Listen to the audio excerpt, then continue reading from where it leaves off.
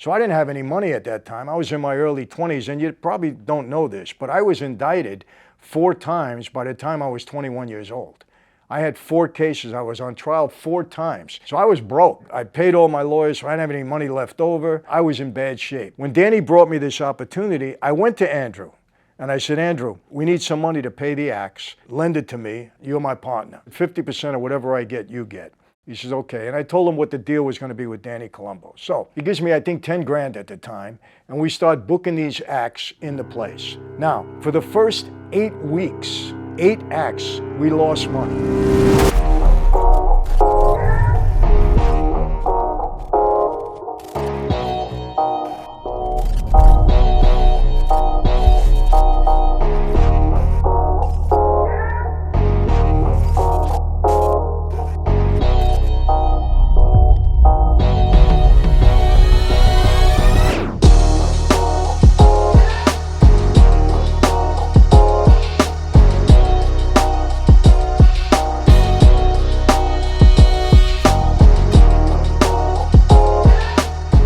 Hey everyone, welcome to another Sit Down with Michael Franzese. Hope everybody is doing well. Everything is okay, praise God on this end. Today I'm going to tell you a story that kind of hit my mind because I was watching The Irishman. You know, it's the 3-year anniversary coming up very soon. And I was watching the movie and the beginning part kind of got me a little bit. I commented on this before, so I'm not going to get into the whole movie. But Frank Sheeran, who the movie is about, he was a truck driver and he was a Teamsters guy, union guy. It shows there's a scene early on in the movie where he had hijacked a load of meat and he was selling it off. It brought me back to really my first deal, my first score when I was a recruit, just became a recruit. You know, a recruit meaning that I was proposed and was going to try to get to a point where I took the oath and got made. It kind of was a lesson that I really learned in how I was going to divide proceeds up with my boss at that point in time. You know, my capo, who happened to be Andrew Russo, and we spoke about Andrew, somebody I love, by the way. It kind of set the tone for me for how I was going to do business with my associates, with my boss, my leaders at that time. So it's kind of an interesting story. There was a guy by the name of Tommy Osera, and he owned a catering hall. Actually, my first marriage, I got married at his catering hall. Nice guy, Tommy Osera. He came to me at that time. He had a load of hijacked meat. And he said, Michael, you know, can you sell it? I said, yeah, we'll figure it out. Now, you know, when you're a recruit or when you're a made guy, when you're anything in that life, any business deal that you have, whether it's on the street or it's legit, you have to put it on record with your boss, with your superior, okay? And the reason for that is because let's say there's a dispute from another made guy about something that you have, an interest that you have. Well, if it's on record with your boss and they know this belonged to you, well, then they're going to defend you. If it's not on record, they don't know you have it, and when you sit down over it, you're going to lose your argument, you're going to lose your spot. So you always put it on record. There's another reason behind that, a little bit more cynical, because your bosses wanted to know exactly what you were doing all the time. Whatever business you had, whatever money you were making on the street, they wanted to know about. So it was 2 things. Number 1, allegedly to protect you, protect your interests in case somebody made a move on you or said that they, you know, were partners with you, whatever. And the other thing was to keep tabs on you and the money that you were making. Smart, you know, process. So I get this load of meat coming to me. My first thing, because I want to follow orders, I go see Andrew and I said, Andrew, I got a load of meat. I'm going to be able to sell it off. You know, what do I do with the money when I get it? He says, well, sell it. He says, and bring me the money. I said, okay. So I sell it. I believe it was $5,500. I don't remember exactly. Something like that. 55, maybe 70, whatever it was. I sell it and I bring Andrew the money. And he takes it all and he says, okay, I'll get back to you. Okay. That's the process. I'm learning. I'm a recruit, right? 20-something years old. A day or 2 later, I see him, because I seen him every day, and he hands me $600. And I said, what's this? He said, that's your end of the meat. I said, oh, okay, thank you. But when I walked away, I said, $600. I said, this was my score. I brought it in, I sold it, I get $600. It wasn't even less than 10% of what I sold it for. Anyhow, within a few days, I go visit my father. I don't say anything, you don't complain. I didn't say a word, thank you very much. I go see my father, he was in Leavenworth at the time. I said, Dad, give me $600. I told him the whole story. He says to me, okay. He says, this is your first lesson. He said, whenever you got something on the street yes, you go in and put it on record. He said, you could have put it on record after the fact. He said, and from now on, when this is your deal, you give the family 25%. That's the formula. They can't complain about it. That's the formula that you're going to establish. I said, Dad, is that what you did? He said, yeah, 25%, that's adequate. So from that point in time, I realized any deal that I were to bring into the family that was totally mine, I didn't need their help, I didn't have to borrow any money, I didn't have to do anything, boom, 25%. And that's kind of what I established from that point on in anything that I did. Now realize, if it's a legitimate business, you don't have to give anything. And you know, I had a lot of legal companies. I had 2 auto dealerships, I had leasing company, I had restaurants that I owned, I had a production company, I had a lot of stuff. They didn't get any part of that. But anything that I did on the street, whether I had a gambling operation, whether I made a score the way I described, gasoline business, they got 25%. And that was kind of the deal that I set up from that point in time with my father's advice. And I told you, I was a student of the life, and my father was my teacher. And I had the best, because my dad was the best. He knew that life intimately well, and he taught me well in many, many things. Now, my father and I differed in ways, because why? My dad's formula in anything was OPM. You know what that means? Other people's money. My dad never wanted to put up money for anything. I was different in that regard. I realized that sometimes to make money, you got to invest some money. So he and I would scuffle over that. He didn't care as long as it was my money, it wasn't his. He would try to talk me out of it. I said, Dad, it's okay. Don't worry about it. I'll take the risk. I know what I'm doing. But other than that, you know, he taught me well. And I understood his old, time street mentality. I got it. The sad part about this, I mentioned the catering hall owner, Tommy Osera, that I was friends with and that I got to meet off of. Well, later on, he became a made guy. He was proposed by somebody, I don't remember who, and he became a made guy. And shortly after that, or a couple of years after that, he disappeared. And he was murdered for something that he did. They claimed that he was holding back something. I don't remember exactly what it was, but sad part of that life. People that you're doing business with one day are gone the next day. And it's just a terrible part of that life. I happen to like the guy a lot, but I heard some things later on that maybe he didn't do the right thing. So who knows? I'm not justifying anything. You hear what you hear and you believe what you believe. Because I was an aggressive guy, this worked out well for the family because I created a lot of different things and I had a fairly good crew around me, and they would bring me a lot of things and I would give the family their 25% cut, always. So there was a lot of 25% that went to the crew.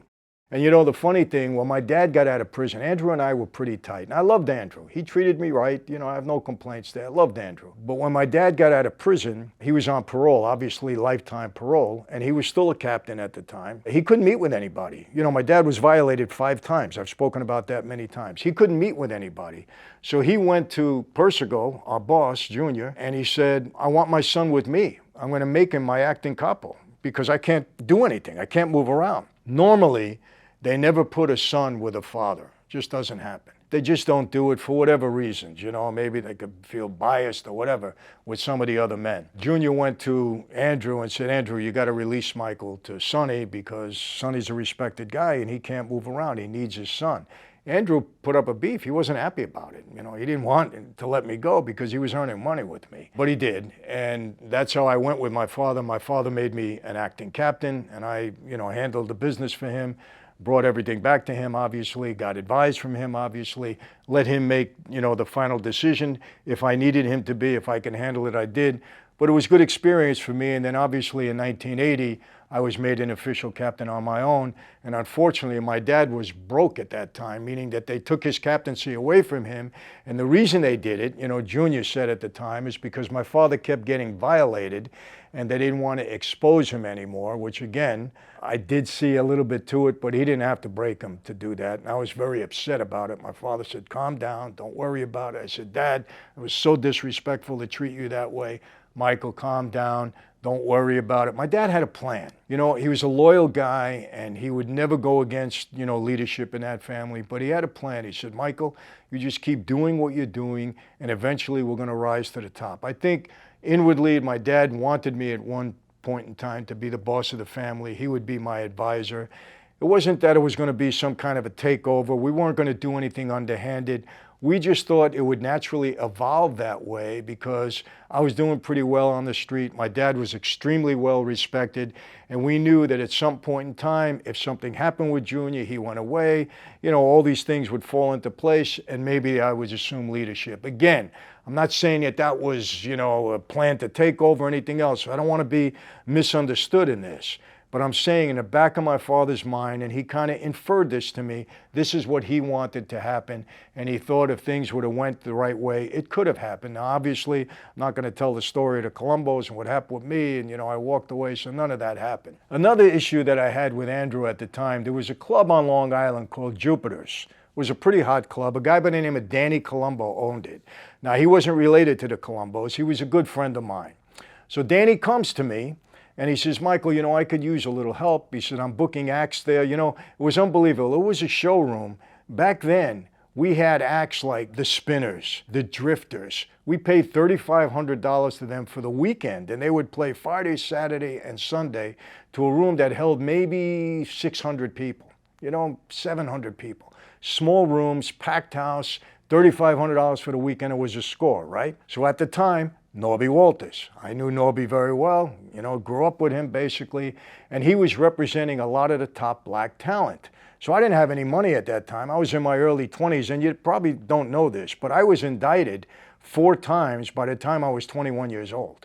I had 4 cases. I was on trial 4 times. I got 3 hung juries, and I got 1 dismissal. It was a big extortion case, grand larceny. I'm not going to get into all of that now. So I was broke. I paid all my lawyers, so I didn't have any money left over. I was in bad shape. So when Danny brought me this opportunity, I went to Andrew, and I said, Andrew, we need some money to pay the acts. I said, lend it to me. I said, you're my partner. I said, 50% of whatever I get, you get. He says, okay. And I told him what the deal was going to be with Danny Colombo. So he gives me, I think, 10 grand at the time, and we start booking these acts in the place. Now, for the first 8 weeks, 8 acts, we lost money. But every week I went to Andrew, and I made believe we made money, and I gave him his cut. Why?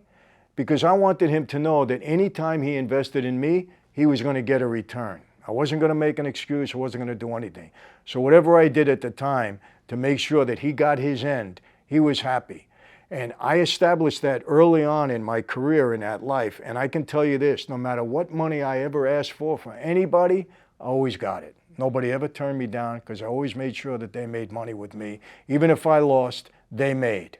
And it was a formula that worked. So remember this, people. When you borrow money from somebody, if you want to gain a reputation, and if you want this to last, you pay them back. You make them earn. And that helped me a lot in that life. There was times, I'm going to be honest with you, I probably shouldn't reveal this, but I'll reveal it now. I went and borrowed money when I didn't need it. And I paid it back with a premium for 2 reasons. Number one, I didn't want them to know how well I was doing. I'm being honest with you now. I wasn't stealing from them. It was my own money. But I didn't want them to know how well I was doing. And number 2, I just wanted to establish myself as a good payer.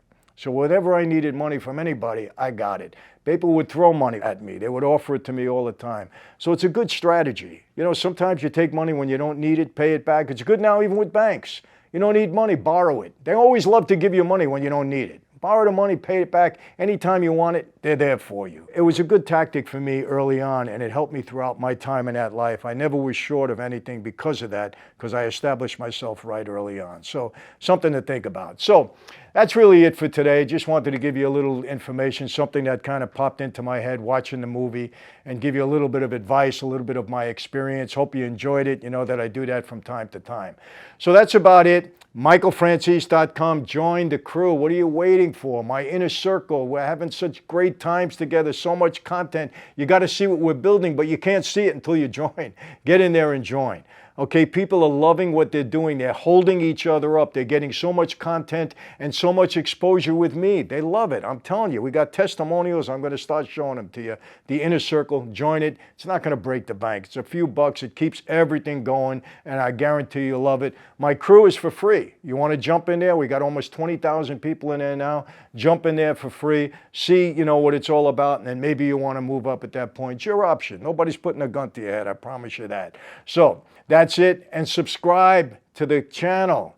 You get alerts when things are happening. We got so much more stuff coming up. So subscribe to the channel. I guarantee you won't be disappointed. We work hard to put good content in there. Some that'll entertain you. Others, hopefully, that give you some good advice. Always try to encourage you. So that's it for today. How do I always leave you? Same way.